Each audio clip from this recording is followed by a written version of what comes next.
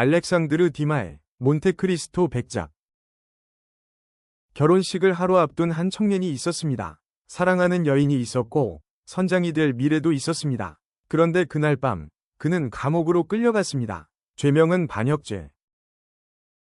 하지만 그는 아무것도 몰랐습니다. 그리고 14년 뒤 감옥에서 나온 그는 더 이상 에드몽 당테스가 아니었습니다. 이제 세상은 그를 몬테크리스토 백작이라 부릅니다. 프랑스 마르세유, 젊은 선원 에드몽 당테스가 바다에서 돌아옵니다. 그에게는 모든 것이 순조로워 보였습니다. 배의 선장은 죽었지만 에드몽은 뛰어난 항해 능력을 인정받아 새 선장으로 승진할 가능성까지 있었습니다. 그리고 사랑하는 여인 메르세데스가 있었습니다.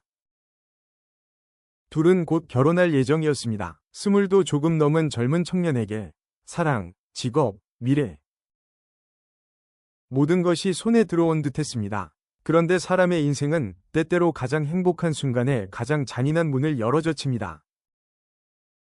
에드몽에게는 그를 질투하는 사람들이 있었습니다. 당글라르는 에드몽의 승진을 시기했습니다. 페르낭은 메르세데스를 사랑하고 있었습니다. 그리고 카드루스는 이 음모를 알고도 적극적으로 막지 않았습니다.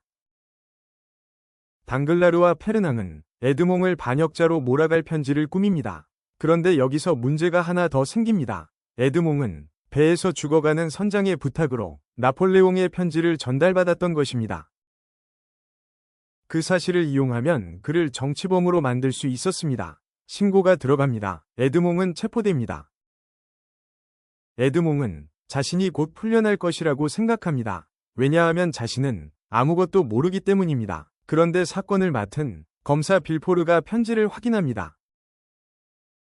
편지의 수신인은 자신의 아버지와 연결된 정치적 인물입니다. 빌포르는 고민합니다. 진실을 밝히면 자신의 출세가 위험해집니다. 그래서 빌포르는 편지를 불태우고 에드몽을 샤토디프 감옥으로 보내버립니다. 여기서 비극은 완성됩니다. 에드몽은 아무것도 모른 채 인생을 빼앗깁니다. 사랑도, 직업도, 아버지도, 자유도.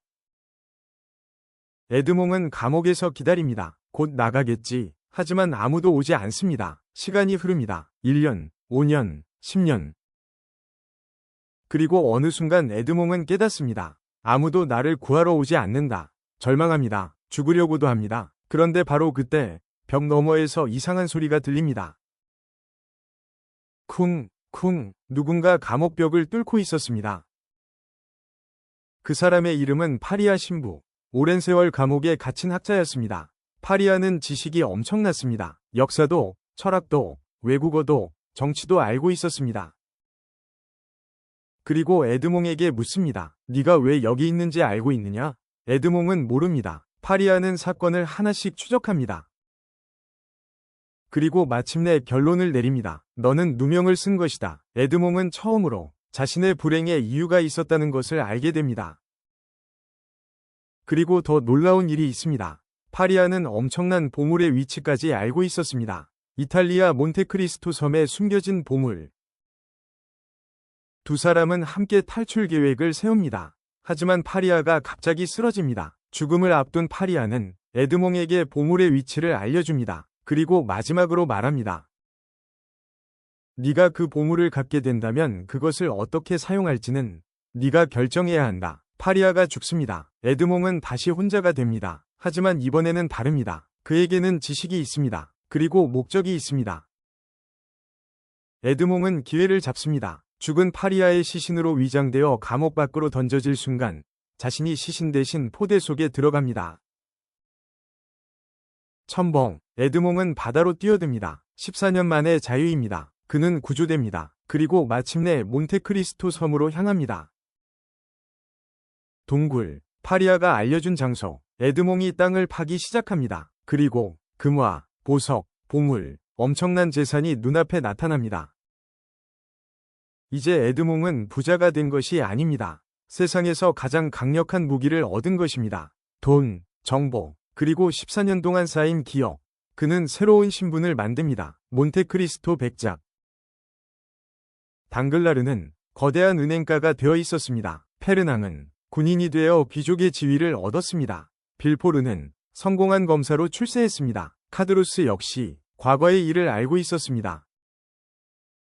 에드몽은 그들의 앞에 바로 나타나지 않습니다. 대신 여러 이름과 신분을 사용합니다.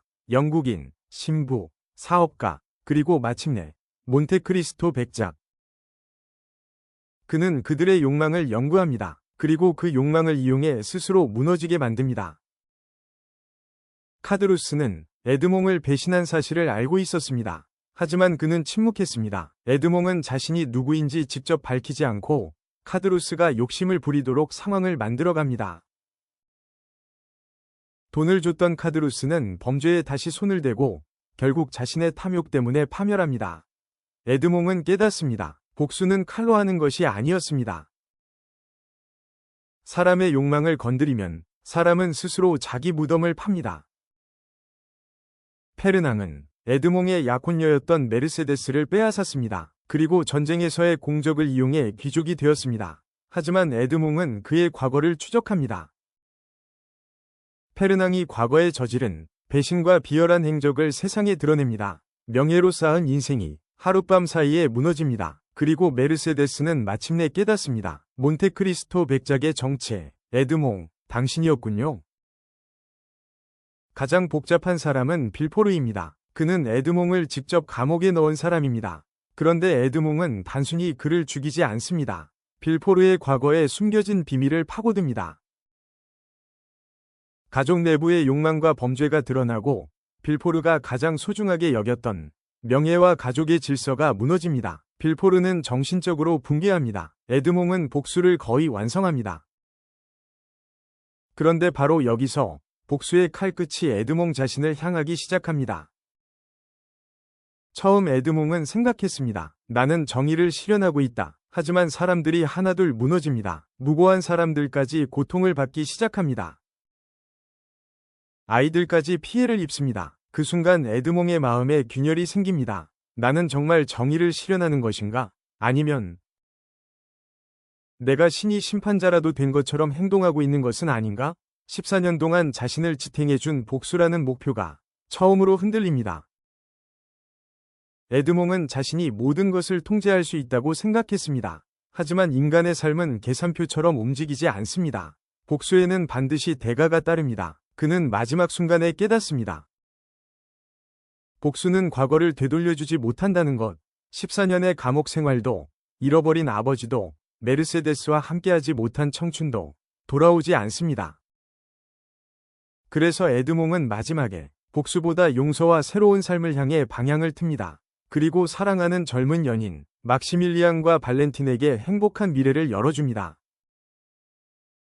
자신에게는 새로운 동반자 하이데가 있습니다. 몬테크리스토 백작은 떠납니다. 여러분, 오늘은 현담 작가께서 알렉상드르 디마가 1844년에서 1846년까지 신문연재 소설 몬테크리스토 백작이었습니다. 시청 감사드리며 행복한 시간 되세요.